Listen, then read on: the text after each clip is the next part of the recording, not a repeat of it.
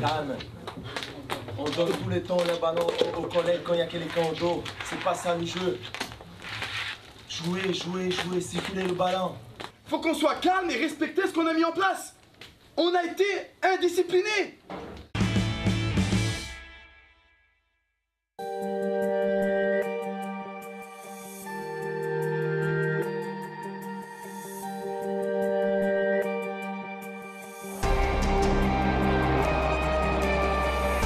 Le football, c'est pas facile. Et vous savez mieux que moi que le talent ne suffit pas.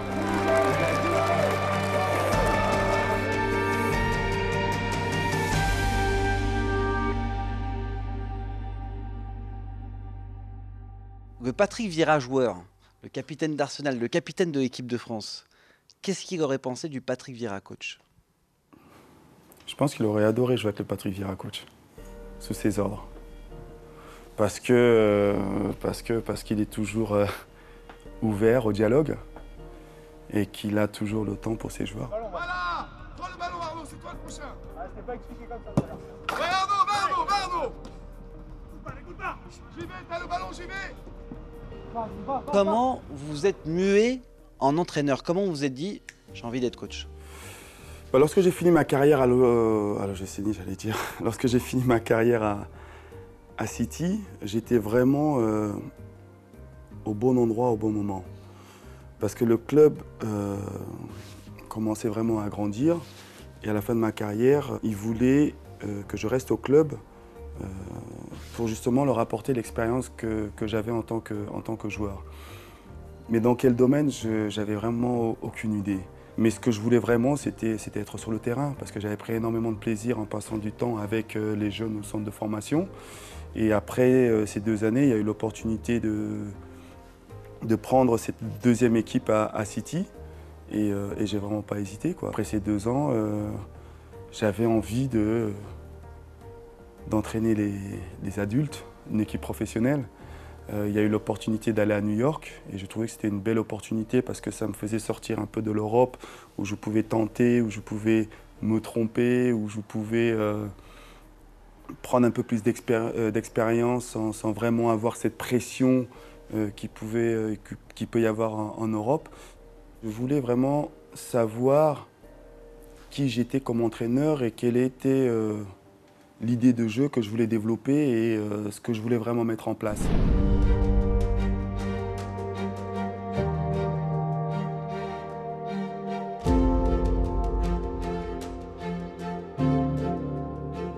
Nous, on s'est rencontrés à Manchester quand j'ai travaillé avec Manchester City.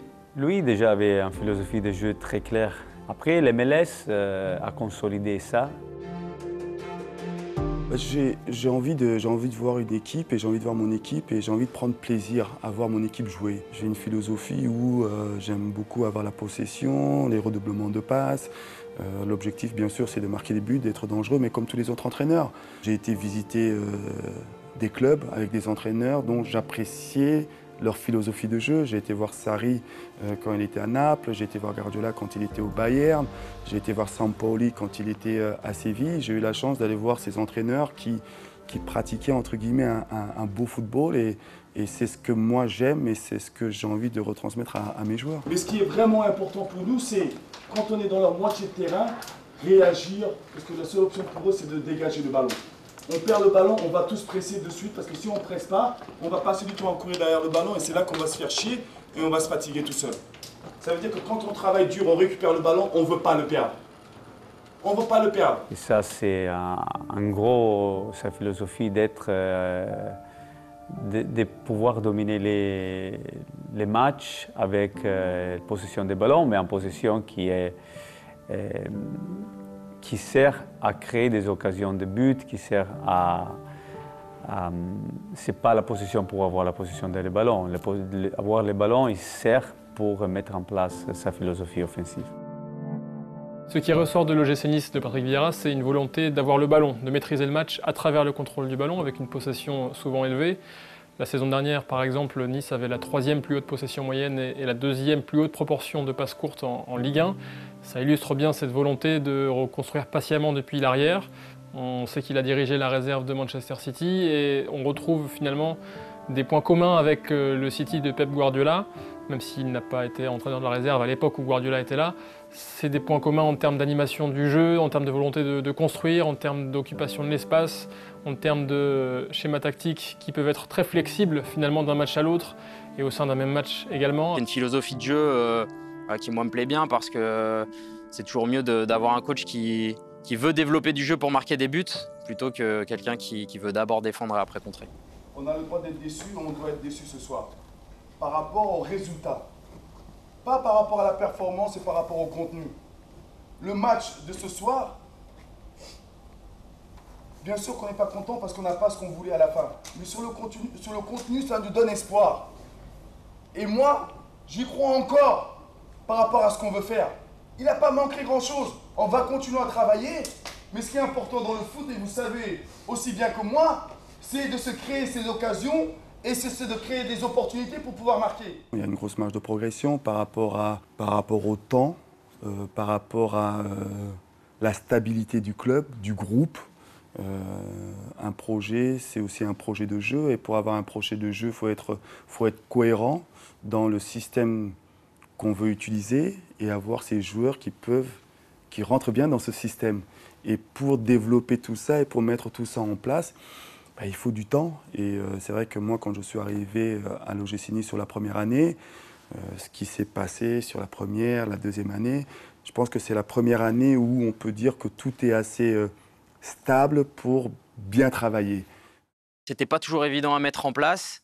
Il y a notamment moi quand j'y étais la première année, on n'avait quasiment pas d'attaquants dans le groupe. On s'est même retrouvé avec Jean-Victor Makengo qui est milieu de terrain en attaquant de pointe. Donc c'est vrai que des fois quand on a des idées de jeu mais qu'on n'a pas forcément le groupe pour les réaliser, c'est pas toujours évident. Donc je pense que cette année on verra le vrai visage de Nice.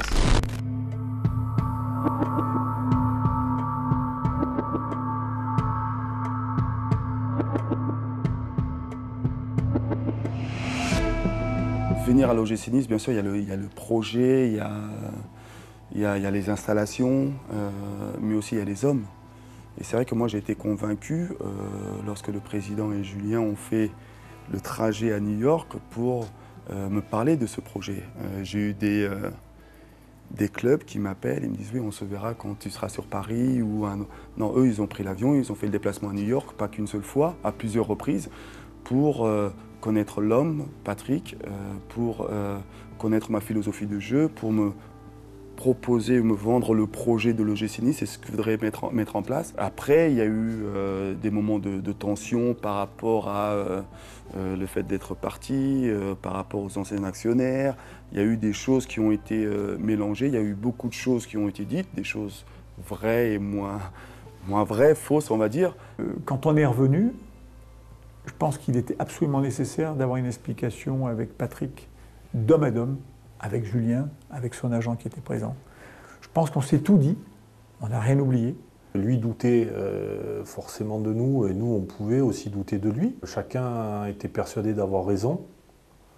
Et puis avec le temps, avec les explications, je pense que les positions là-dessus ont pu évoluer.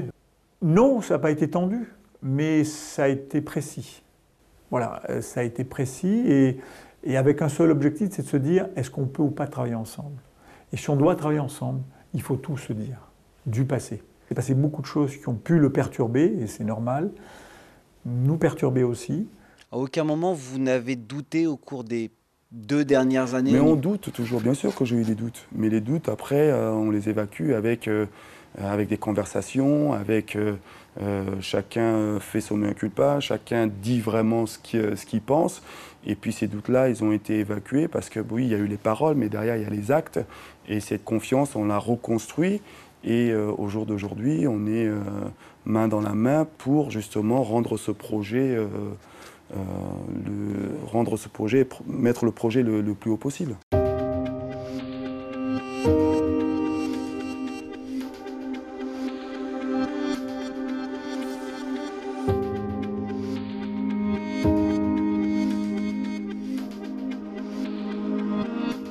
J'ai vraiment eu la chance d'avoir connu des grands entraîneurs, mais des hommes qui étaient différents, mais bien et et en face avec ce qu'il voulait faire.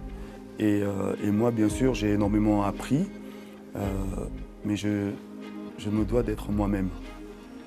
Parce que sinon, les joueurs, ils le ressentent, que c'est surjoué ou que c'est pas quelque chose de naturel. J'ai envie d'être moi-même et de gérer certaines situations avec ma personnalité, avec qui je suis comme entraîneur et comme homme aussi.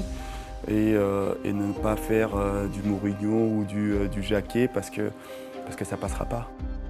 On va se parler et je vais lui parler vraiment calmement. Et je vais peser mes mots. Mais on est des couillons. Hein. On est des vrais couillons. Vous allez me dire que je ne vous laisse pas respirer, que je suis toujours dans votre dos, je suis toujours en train de râler, je suis jamais content, mais on est des couillons. Et je vous regarde tous, on est des couillons. Je ne suis pas dans le jouer un rôle. J'ai envie d'être moi-même avec les erreurs que je vais commettre ou avec les bonnes choses que je vais dire. Ça m'est arrivé dans la première saison de dire des choses ou de faire des choses que, avec un peu de recul, je me suis dit putain, tu aurais peut-être pu le gérer autrement. Mais ça fait aussi partie de l'expérience. Enfin, moi, j'ai connu Arsène Wenger qui me disait à l'époque qu'un entraîneur, il apprendra tous les jours, il apprendra jusqu'à la fin de sa carrière. Et là, je suis vraiment d'accord avec lui. Au fur et à mesure des années, surtout de la deuxième et là on commence la troisième année, il est plus intransigeant, en tout cas avec les joueurs, qu'il peut-être ne l'était au départ. Les gars, il faut qu'on soit beaucoup plus, individuellement, il faut qu'on soit beaucoup plus d'envie, beaucoup plus de sérieux, beaucoup plus de professionnalisme, beaucoup plus de détermination et penser et oublier que le football c'est facile. Le football c'est pas facile. Et vous savez mieux que moi que le talent ne suffit pas. On a montré de quoi on était capable.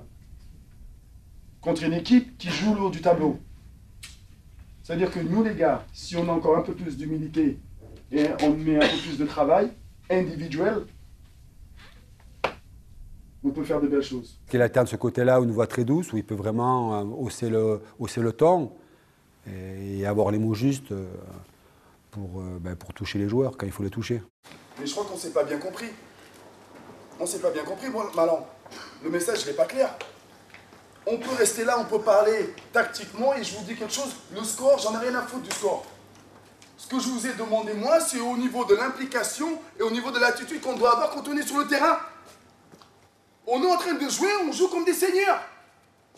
On joue comme des seigneurs, on est en train de se la raconter, comme si on était assez bon pour jouer comme on se la raconte. Mais on n'est pas assez bon individuellement pour pouvoir le faire. S'il faut que je fasse, si je pouvais faire 8, 7 changements, je les aurais fait les 7 changements. Les seuls que je garde Dante, Christophe et je garde Walter. Mais sinon tous les autres, je vous sors. Je vous sors. Parce qu'on se la raconte.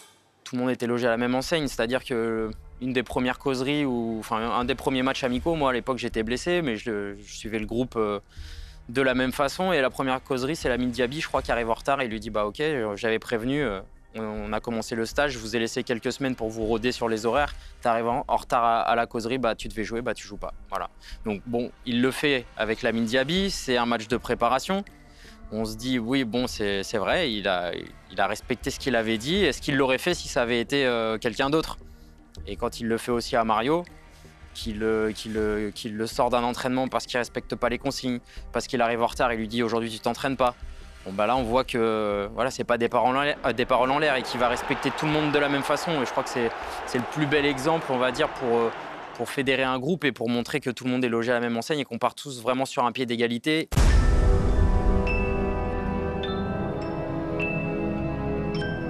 Est-ce qu'aujourd'hui, vous avez un regret sur la manière dont a été géré le joueur? Est-ce qu'aujourd'hui, vous avez un regret sur la manière dont ça s'est terminé aussi? Mais ça s'est terminé parce que ça devait se terminer. Le joueur avait... c'est vrai que comment je suis arrivé, il venait d'effectuer peut-être sa meilleure saison, il devait partir, il n'est pas parti, il arrive en retard, en préparation, fallait qu'il se remette à point physiquement. Tout n'était pas réuni pour tirer le maximum du joueur. Et avec l'expérience que j'ai eue en tant que joueur, quand un joueur, dans sa tête, n'est plus là, c'est très compliqué.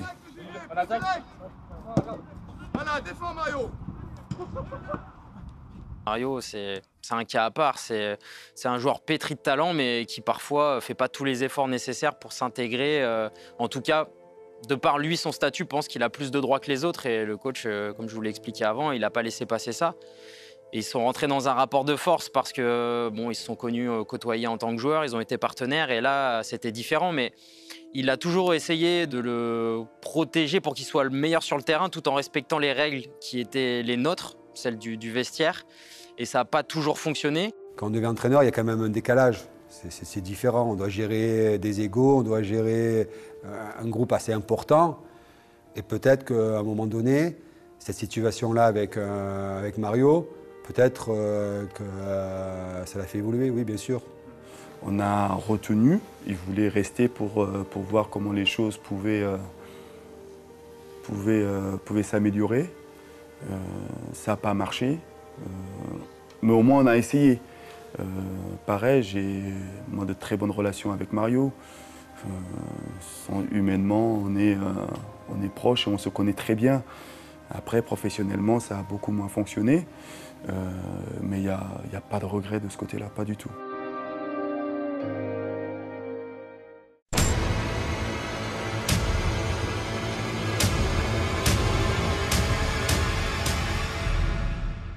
On a parlé cette semaine de ce qui n'a pas été chez nous. Après, au niveau du jeu, on doit s'améliorer. On doit s'améliorer, ça veut dire que moi, ce que je demande, c'est que chacun fasse un peu plus dans la phase offensive. Apporter un peu plus d'enthousiasme quand on a le ballon. Et c'est pas un problème technique. C'est pas un problème tactique, les gars. C'est que nous, il faut qu'on se lâche et il faut qu'on joue. On a le ballon, on doit aller les faire mal. On a le ballon, on ne doit pas jouer le petit bras, on joue pour aller de l'avant, on joue pour aller marquer des buts.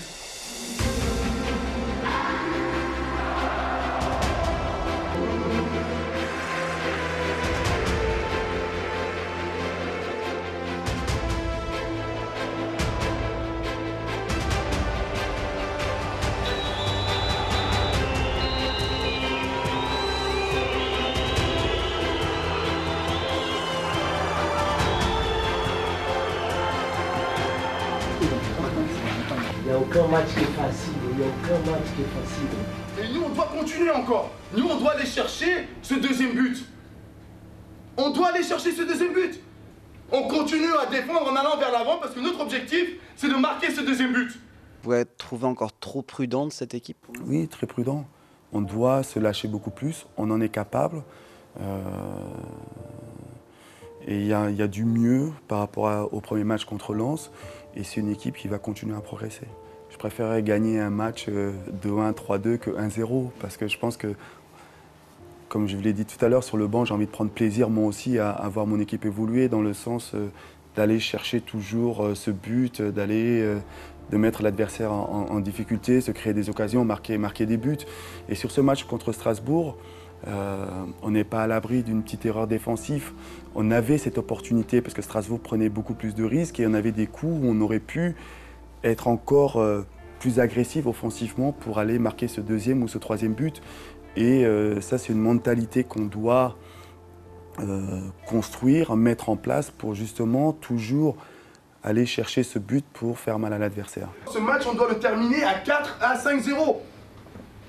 Nous, quand tout va bien, on continue à perdre trop de ballons, on ne respecte plus le jeu, on porte trop le ballon, on fait des mauvais choix et on commence à jouer pour soi-même. Ce match-là, il doit finir à 3 ou 4-0. Et c'est là que nous, on doit avoir cette maturité pour se rendre compte que quand on peut mettre un troisième, un quatrième, il faut qu'on le mette. Mais on va continuer à travailler, on va insister là-dessus. Mais là, c'était une belle performance de l'équipe.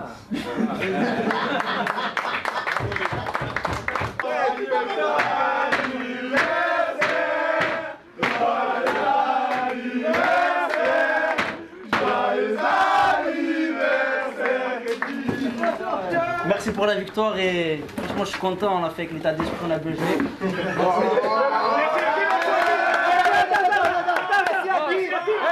Merci à l'équipe. Merci.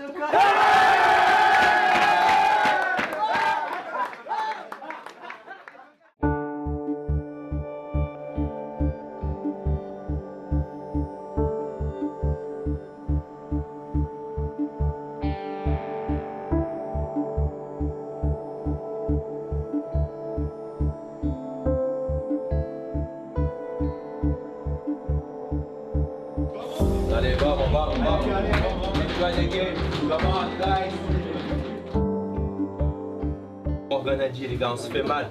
On pousse notre corps. On doit le pousser, les gars. On est prêts, les gars, on est fit, on a travaillé pendant 3 mois, les gars. On est bien physiquement. On est très bien même. Donc au bout de 10 minutes, si ça manque une souffle, les gars, oh, tirez jusqu'au bout, après ça reviendra tout seul. Comment nous, on va être bien disciplinés et on va jouer pour aller leur poser de problèmes, on va jouer pour aller de l'avant, on va jouer pour aller marquer des buts. Ça veut dire que c'est important pour nous, Misiane, Gasper et Marco. On est agressifs. Pierre, Kefren et Morgan. Oui les gars, c'est bien de jouer, le ballon il est sur le côté, il revient, mais nous on doit chercher encore un peu plus la profondeur. Beaucoup de personnalités, on veut le ballon, on est tous disponibles. Dans la tête, faut être là déjà. On a travaillé ça, allez. Les gars, allez. Les 3 devant, Mise, Ronny, Casper, de la magie quand vous avez la balle au pied. Tentez des choses.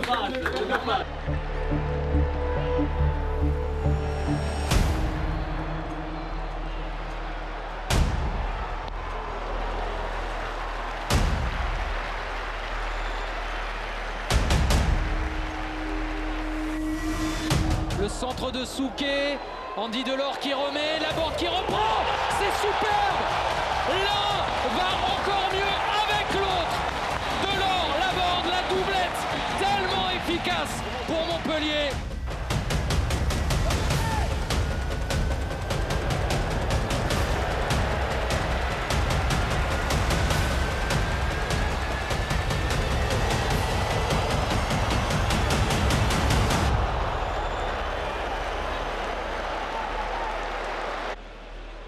On a été indisciplinés.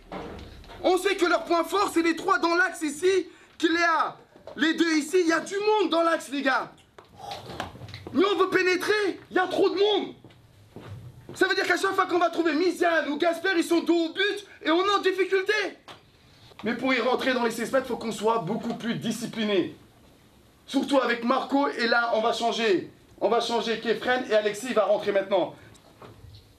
Ça veut dire que sur cette deuxième période, ce qu'on doit améliorer, c'est rester dans l'état d'esprit, être mieux positionné et fixer plus d'un côté pour aller de l'autre. Le gros problème qu'on a, c'est que Hassan et Youssef, les gars, quand on est dans notre moitié de terrain à la phase défensive, ils ont le temps de lever la tête et de mettre le ballon où ils veulent.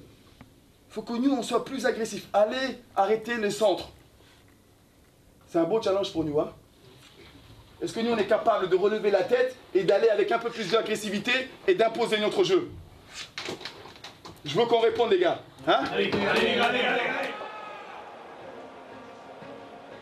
corner sur la tête de Congrès. Passivité coupable à nouveau. Volonté ignaque pour Montpellier. Cette fois, c'est Daniel Congrès qui en profite. Et logiquement, Montpellier mène 2-0. En attendant, c'est de nouveau Savanier avec encore Ristic pour la reprise. Benitez, il n'y peut rien. Et le doublé pour Congrès. Les Niçois au fond de la bassine.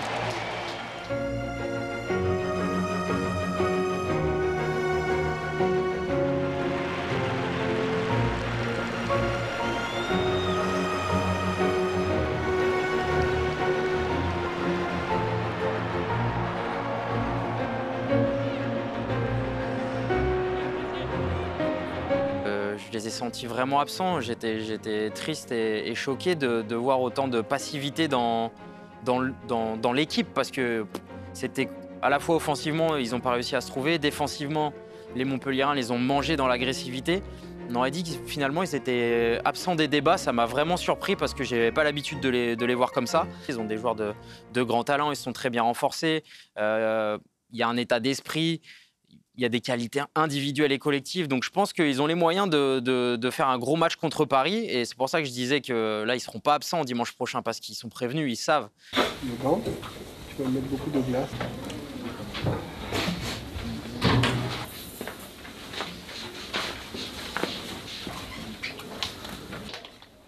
On va analyser cette défaite en étant très calme. Très calme et lucide. Parce que c'est vrai que sur les 2 premiers matchs, on a gagné, on n'était pas les meilleurs. Là, on a perdu, on n'est pas les plus mauvais.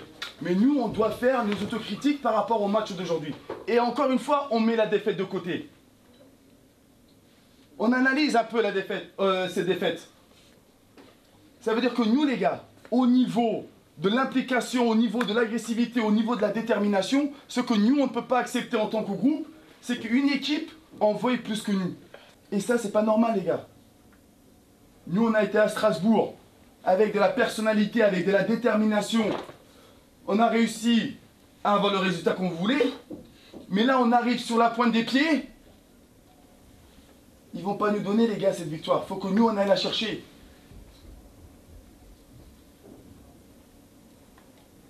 Il doit y avoir une remise en question collective.